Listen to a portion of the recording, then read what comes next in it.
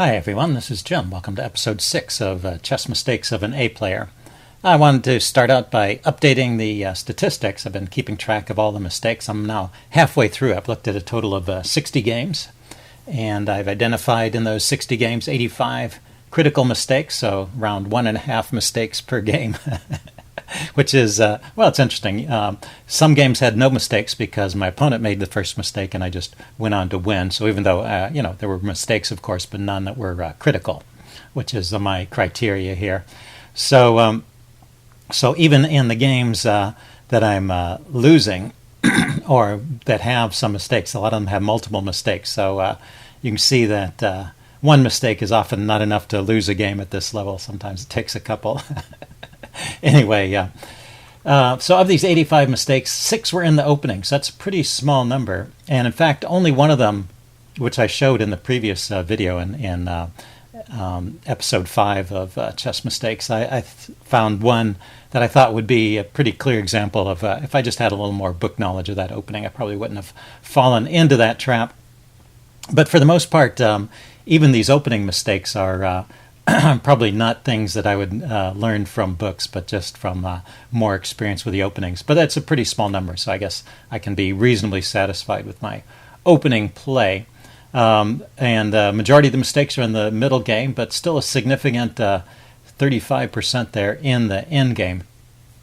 You know, I heard something recently, I think it was on a video, about why end games are difficult, and one of the points that the commentator made was that end games are difficult because you're tired. You've just gone through a tough middle game. You've gone into an end game that you're hoping to win, or maybe it's a bad end game that you're hoping to draw.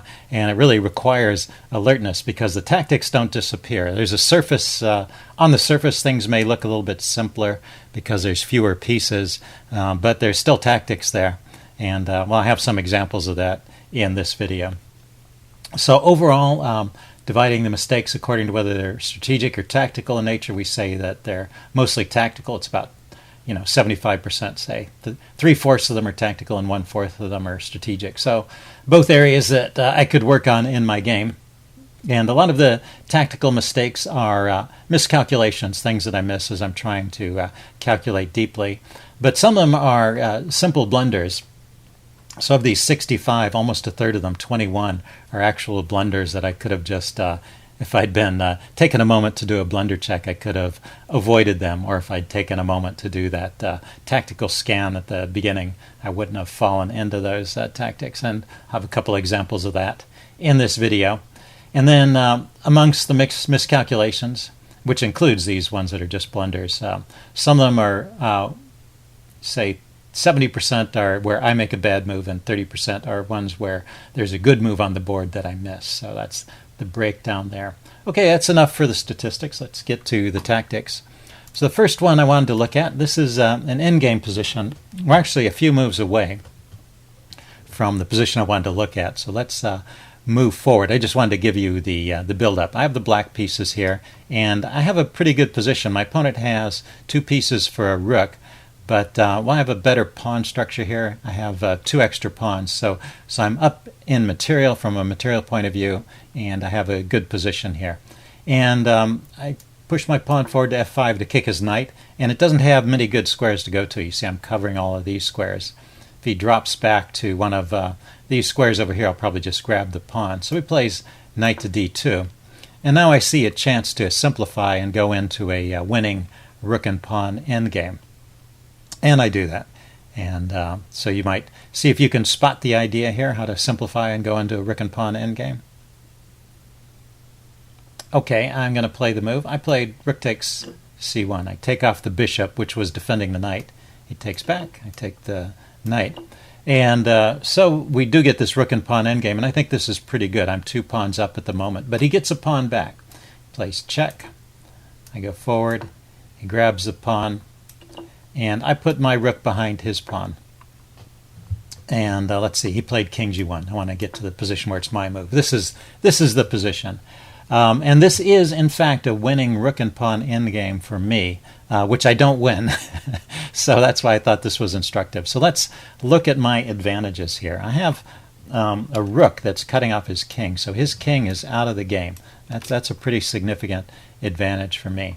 The other one is that my pawns are advanced and connected, so it's just easier to move these pawns forward. They can support each other. So those are the strong points, and his pawns are further away.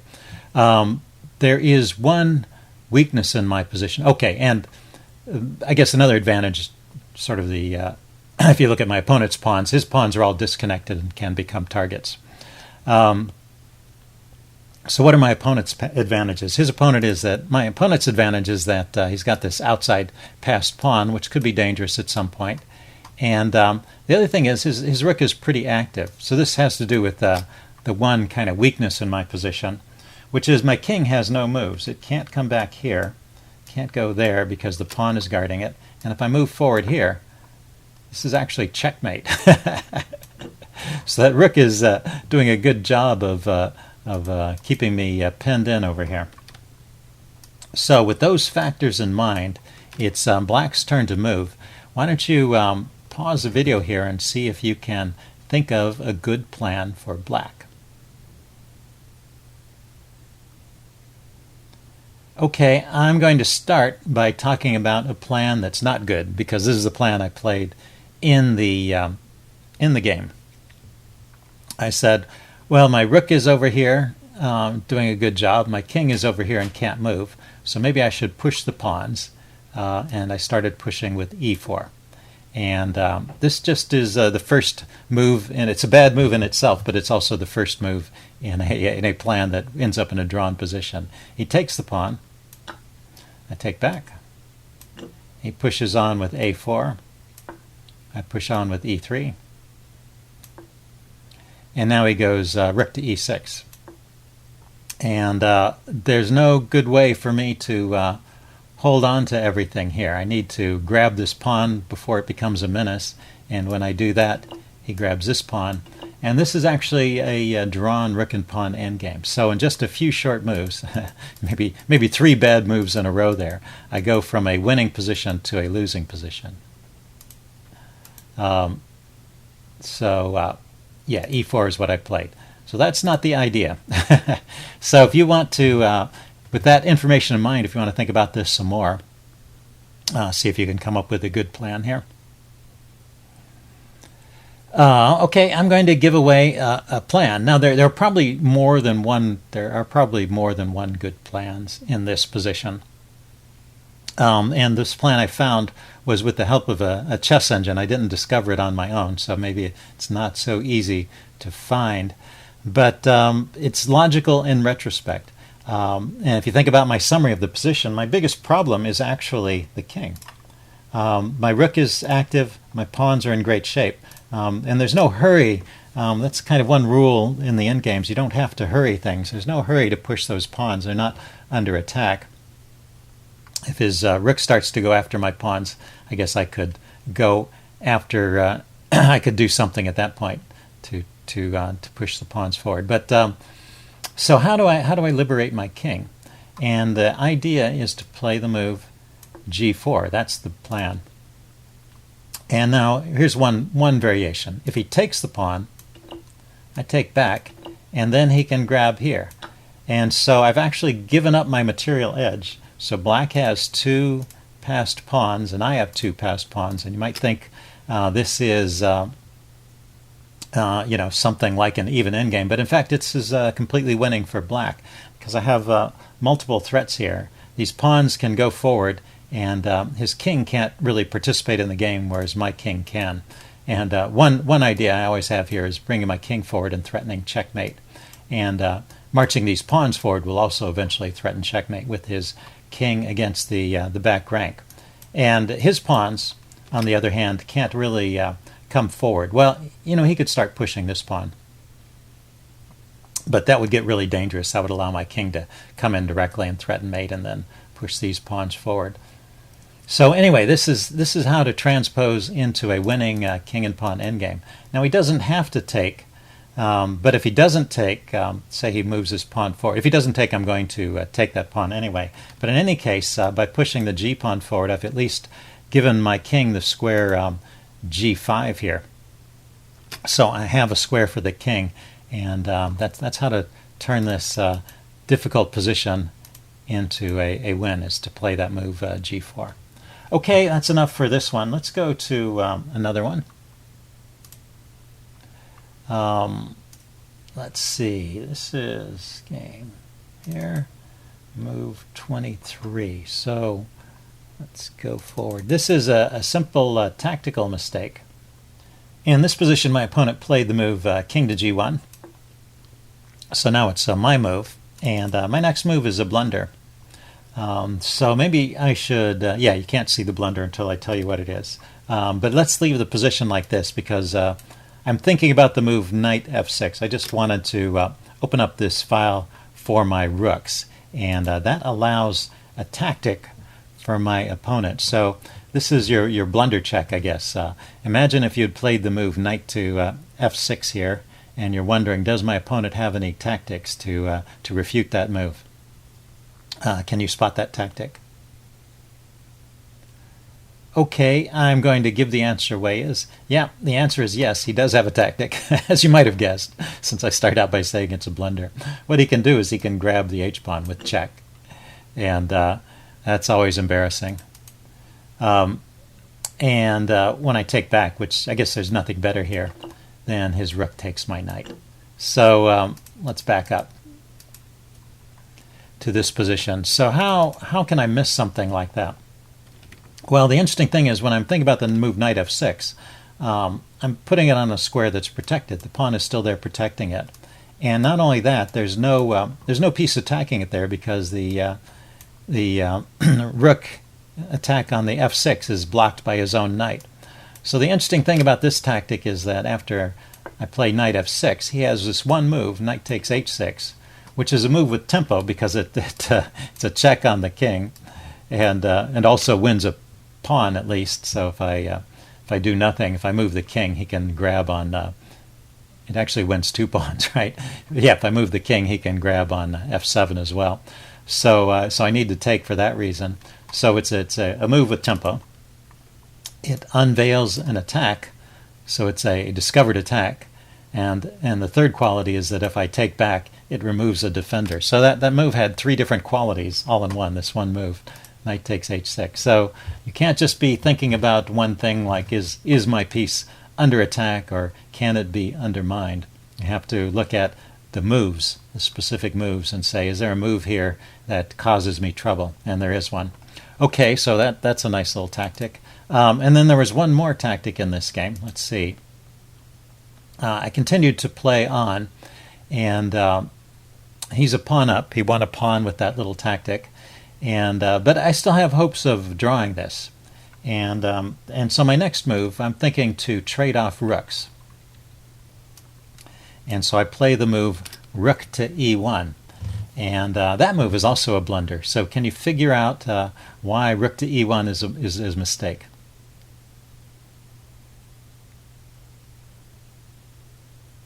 Yeah, I guess I wasn't very sharp this night.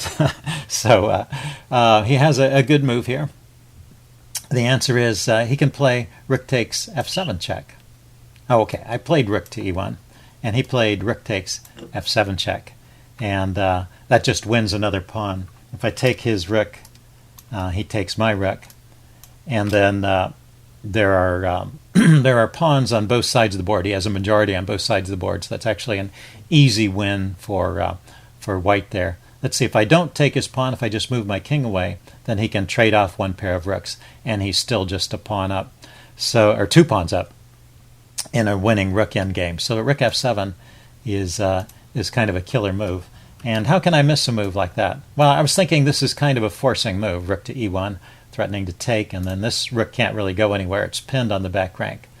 But of course, even though this rook is pinned, it still supports this rook in a way. That rook f7 is the king can't take it because of the rook, and if the rook takes, then this rook is also overloaded defending my rook. So maybe it's a little bit subtle, but still you've got to pick up things like that on your blunder check. So a couple of nice blunder checks there. Let's see, there's one other game I wanted to look at with one other tactic. is this one. So on move 10, so fairly early in the game, so we went from went from the end game to the middle game here, or maybe just out of the opening. But I counted this as the middle game here because I've castled, all the pieces are out. My opponent hasn't castled yet, but sometimes, you know, he's probably going to castle shortly. Anyway, so this is like an early middle game. My opponent played the move bishop to h6 here. Very common idea. Just wanting to trade off this dark squared bishop here in this configuration, which is it's a good piece for me with this open long diagonal. So it's my turn to move, and you know, I was looking at the position, and I was thinking about what's my worst piece here and how can I improve it. And so I came up with a plan which turned out to be a mistake. But maybe it's not such an obvious mistake. It's not a tactical mistake. It's not a blunder. But why don't you guys look at this position? It's your turn as black, and see if you can come up with a plan here for black that maybe is a little more successful than my plan. Okay, I'm going to talk about what I played here. I played the move knight to c5. And what happened here after knight to c5 is my opponent just... Okay, and so that's a logical plan. I mean, this knight over here on a6, that was my worst piece. And so moving that knight into the game is something that makes sense. But, well, watch the next couple moves. My opponent takes the bishop, which I was expecting. That's what he's going to play anyway. And then he plays the move b4, hitting my knight and gaining a little more space on the queen side. And now where can my knight go? These squares are all taken. Let's see. Yeah, even there, right? So all the squares are taken. The knight has nowhere to go except back to a6. So in effect, I've wasted 2 whole moves, and white now has a significant advantage. In the position that we started in, it was about even. Black was maybe... Well, no, I can't say that. It was just very much even. There was no... Even the opening advantage that white might have had pretty much dissipated. So just a very even position with correct play. But just wasting 2 moves, even though this isn't the most open of positions, it's still a bit of a closed position. But those 2 moves are significant enough that actually white has a winning advantage here. With good play. I mean, you know, obviously there's no material edge, so he has to work to convert his advantage. But that was a significant swing in the evaluation. So let's back up to the position here when it's my turn to move. Knight to c5 is the right idea, and if you just look ahead a couple of moves and see that it's not working out immediately, maybe you will come up with an idea of how you can manage to play that move successfully and get that knight into the game. So you could pause the video at this point and think about that now that you've seen what goes wrong with the immediate knight c5. See if you can think of a way to prepare that move.